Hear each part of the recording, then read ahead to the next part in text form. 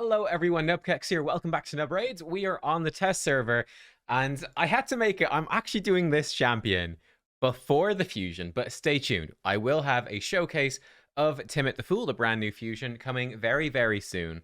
But I decided the first champion to look at here has to be the mythical Night Queen Krixia. She's a Spirit Affinity support champion, and she could be YUMEKO 2.0.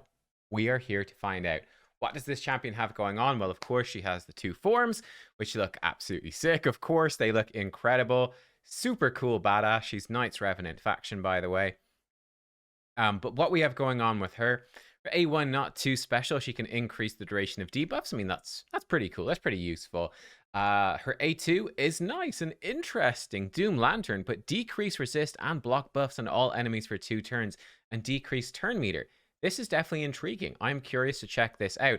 Spoiler warning, she will have high resistance, which means that she's got a pretty decent chance to resist polymorph, which is something that is worth considering, right? Champions with polymorph that aren't stacking crazy accuracy. So a lot of defensive nukers, for example, she probably won't be affected by polymorph, which is pretty big. So that's interesting. But of course, Deathly Apparition, this is the crazy move. AoE attack that does a buff strip and increases enemy skill cooldowns. That is insane. We want to try that out. When she also has Shadow Vigil, she's immune to stun, which is awesome against those stun set Ukos, right? And increases her accuracy by 1 for every 2 resist they have. So we're going to build her with actually pretty high accuracy, but high resistance as well. Hence why she could sort of resist polymorph while still being a really good buff stripper and debuffer. In form number 2, by the way, both forms have 80 resistance in all battles aura, which is amazing. In form number 2, she can she can decrease debuffs on a random ally with her A1, so okay. It's kind of just a flip of her A1, which is of her form 1, which is pretty cool. Instead of doing AoE block buffs and decrease resistance for your team, instead, she's going to put on block debuffs and increase resistance and fill turn meter. And then, again, the flip side of her move in her first form, she's going to cleanse all allies and decrease ally skills by 3 turns. So she basically has YUMEKO's move, but split into 2. Maybe that's going to be a good thing, right? We can increase enemy skills turn 1, use all of our skills on everybody else, and then flip over and reset our skills in turn 2. That's a pretty sick combo, actually. So maybe something to do. Her passive in this, by the way, in Form 2 is immune to sleep and getting speed for every 10 resistance. So if we have 500 resistance, 50 bonus speed. How have I built her then? Well, the base stats between the forms are basically the same. She's got a bit more base resist in Form 2 and a tiny bit more base accuracy, like 20 resist versus 20 accuracy in the 2 forms. It's basically the same. I have her in triple perception.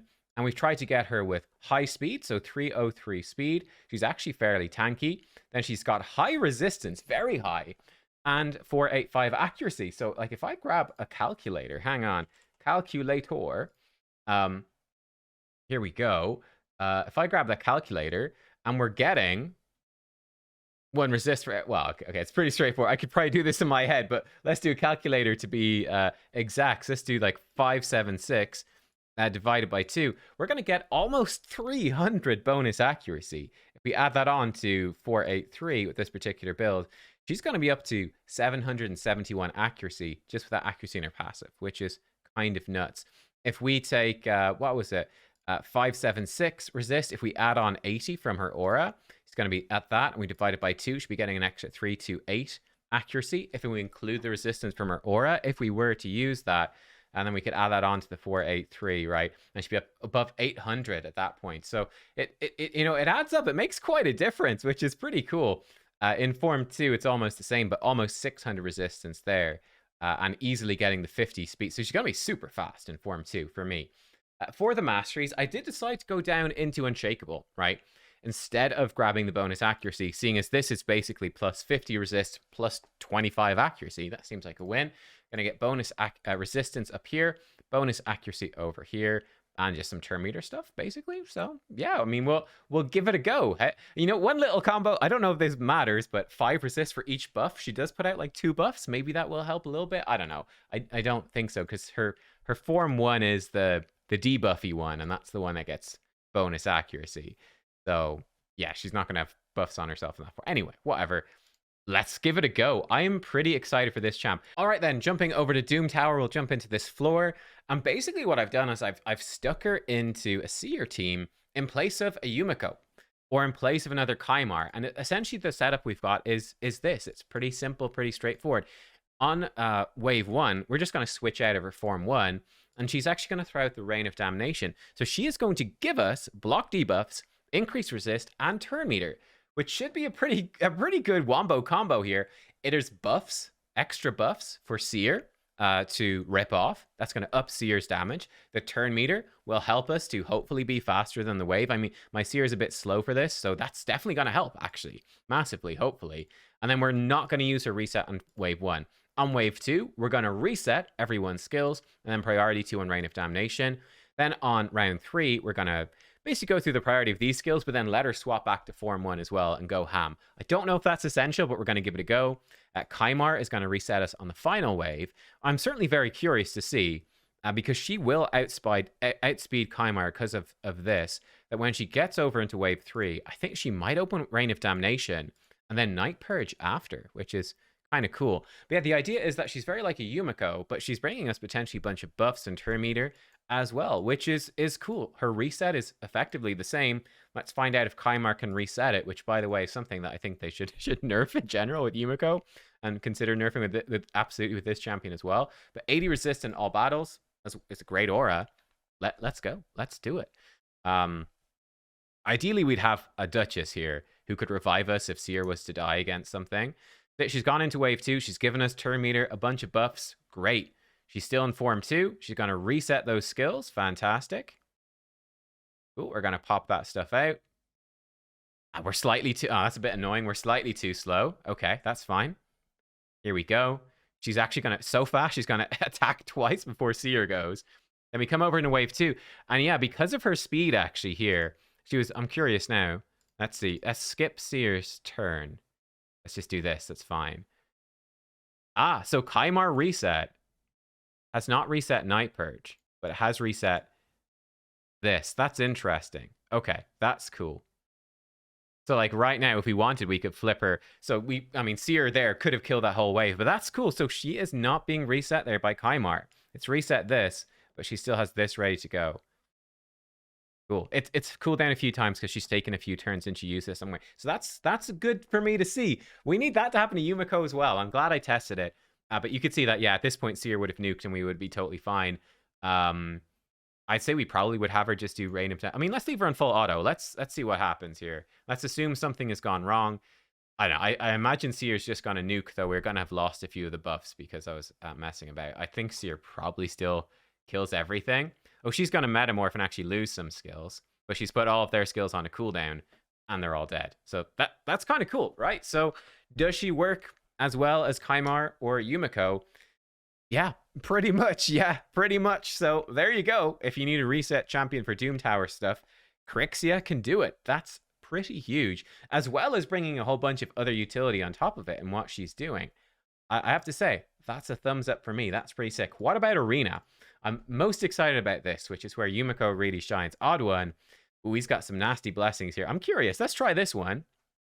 Yeah, let's go. So, yeah, this looks like a great team. I've actually stuck this up on defense. We've got 506,000 power with 2 mythicals, which is hilarious. So ridiculous, that much power. That is just mad. But we're going to go in with Lady Mikage as well. Now, both of these champs are booked. That's going to affect things. But yeah, bearing in mind, we're going to have so much accuracy. We probably outsped. We have been. Okay, but we couldn't because he doesn't have like a speed team, basically. With Lady Mikage, we will flip her over. And this is kind of dirty because we can strip their buffs and give us increased accuracy. Now, we're coming in and we have her with... How much accuracy is that going to be? So she's got all of her resist turned into accuracy. And then she's got, what, 50% bonus on top of that? She has to be over 1,000 accuracy at this point. And I believe she ignores 20% resistance with this move as well, which is kind of cool. So she can strip all buffs and she'd increase their cooldowns. She might weak hit Trunda. Let's find out. Interesting. It looked like something happened there with Trunda. I didn't quite see what it was, but I think we're good. And then at this point, we could come in and like Wukong can probably... Yeah, you can one-shot that. then let's see what happens. Here we go. So let's pretend it's live arena.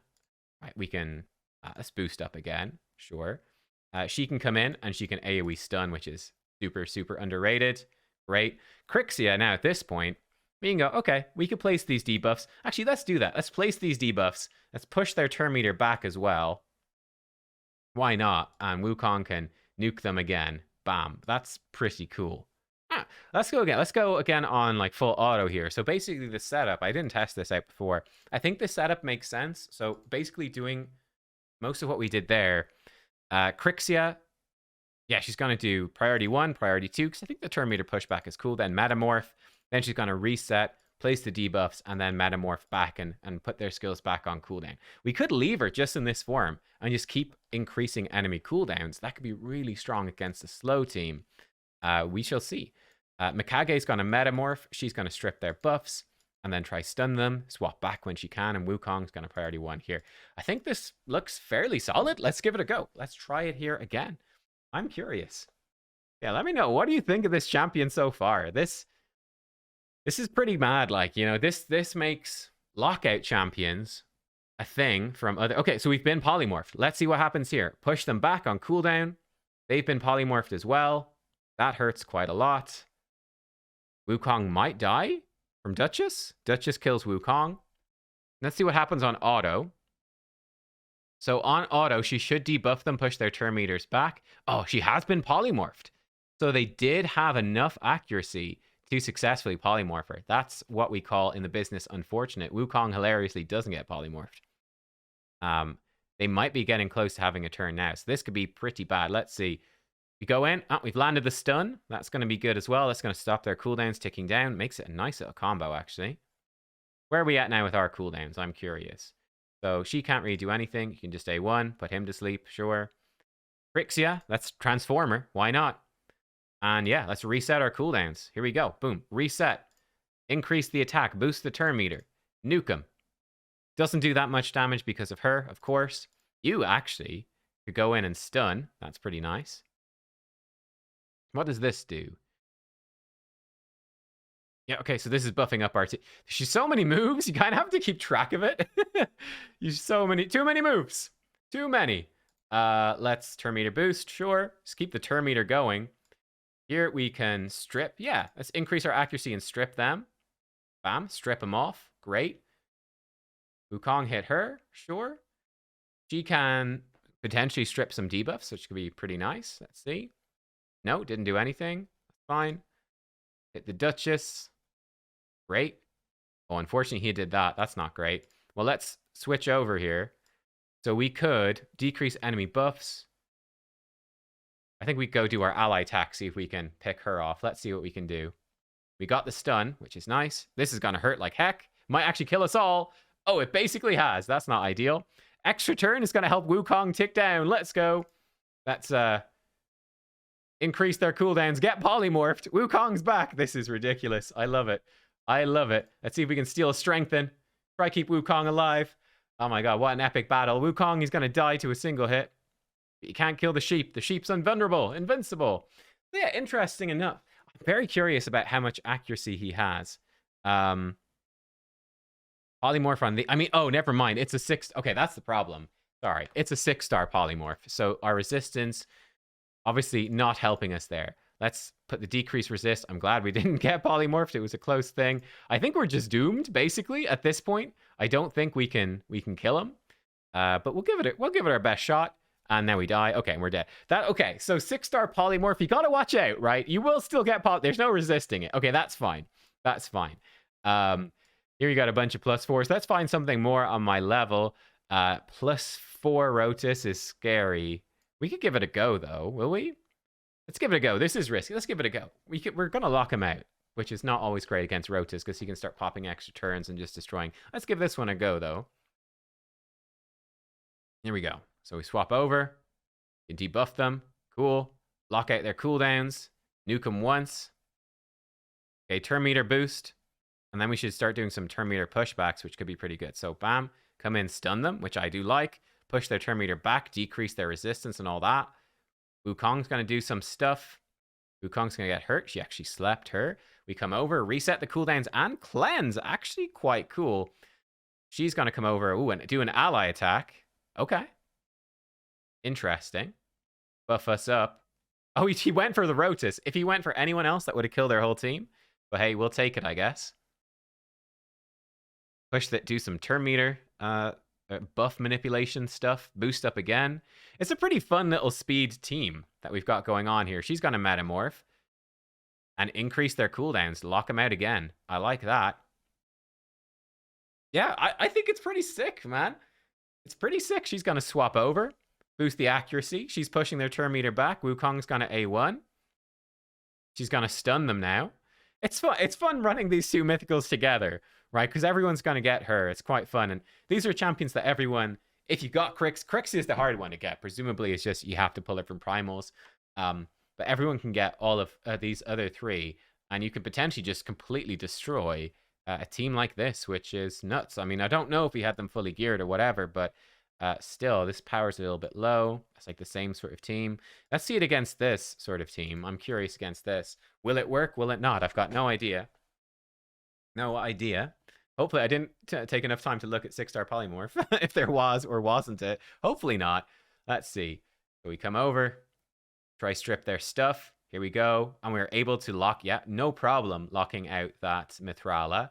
With the double buff strip here, no problem stripping them. Unfortunately, that's a reaction, so Wukong does not kill, which is going to slow us down a good bit. Oh, he's actually he's going for Arbiter. That's not great.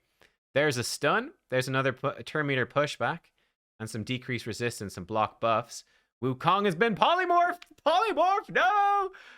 We're going to swap over, reset our CDs. It's going to heal Arbiter a little bit. Now, let me actually take manual control. Actually, no, we got it. We should probably still, yeah, we should leave it the same. Oh, she's actually going to switch over. Whoops. I might have messed up something there. That's probably not ideal. I think we would have wanted to do the stun to try to make sure this Kandrafon isn't going to attack us. This could potentially be bad.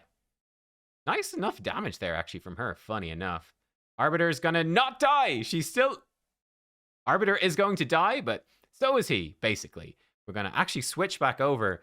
Unlock out the... That's one funny thing. This team, we seem to have managed to stack enough speed and speed boosts and turn meter and stuff.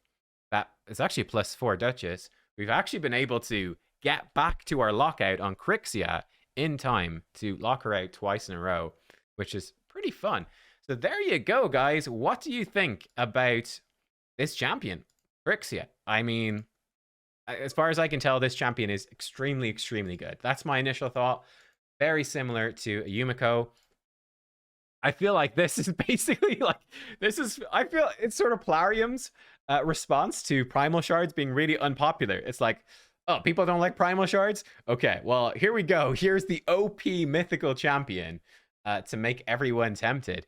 I didn't notice much affinity being an issue, but maybe that could be an issue with the lockout and the buff strip. I didn't really notice it being a problem, but that's something to watch out for, which is, if that's a thing, I think that's good. I think it's good there being a weakness and there being a counterplay. The only other lockout champions are Basher, YUMEKO, and Warlord, right, who are all void. It'd be nice if there's a bit of counterplay here, but this is really strong with the ignore resist. That's really good. 6-star polymorph is a massive problem. But otherwise, her resistance, she's going to actually resist polymorph a lot, which is pretty cool. You could potentially just not do this move. I thought it was kind of worthwhile for the block buffs and the turn meter. You could potentially skip this and just swap her right on over to Form 2 and reset straight away. That might be better. I don't know.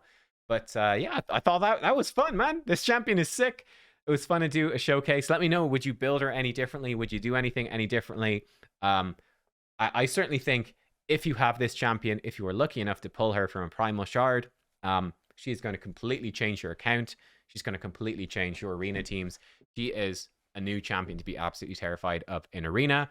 And yes, I think the Whales and the Krakens are they're looking at their bank balance and they're calculating how much they're going to spend to get this champion, I think, basically. So there you are. Night Queen Krixia. Thanks for watching. See you next time. Goodbye.